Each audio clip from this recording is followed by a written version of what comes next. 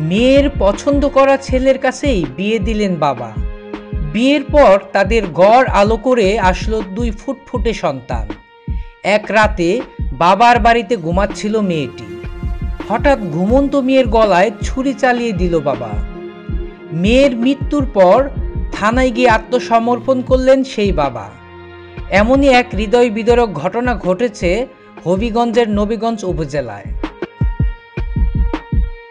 স্থানীয়রা বলছে, নিহত পূর্ণিমা বিয়ের পর স্বামীর সঙ্গে বনিবনা হচ্ছিল না।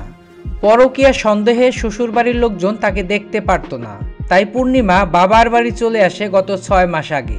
বাবার বাড়িতে এসেও উদ্ভট চলাফেরা ও অন্য এক তরুণের সঙ্গে সম্পর্কে জড়িয়ে পড়ে। কিছুদিন আগেও সেই ছেলের হাত ধরে 2 সন্তান ফেলে ঢাকায় পালিয়ে আসে সে।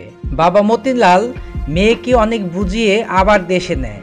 বাবা মেয়েকে বলে প্রথম সংসারে ফিরে যেতে, কিন্তু পূর্ণিমা সেটা কোনোভাবেই মেনে নিচ্ছিল না।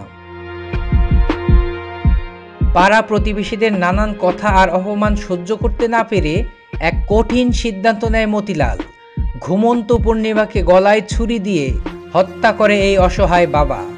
থানায় গিয়ে নিজেই আত্মসমর্পণ করে বাবা জানান, এই কাজ করে তিনি মোটেও দুঃখী নন।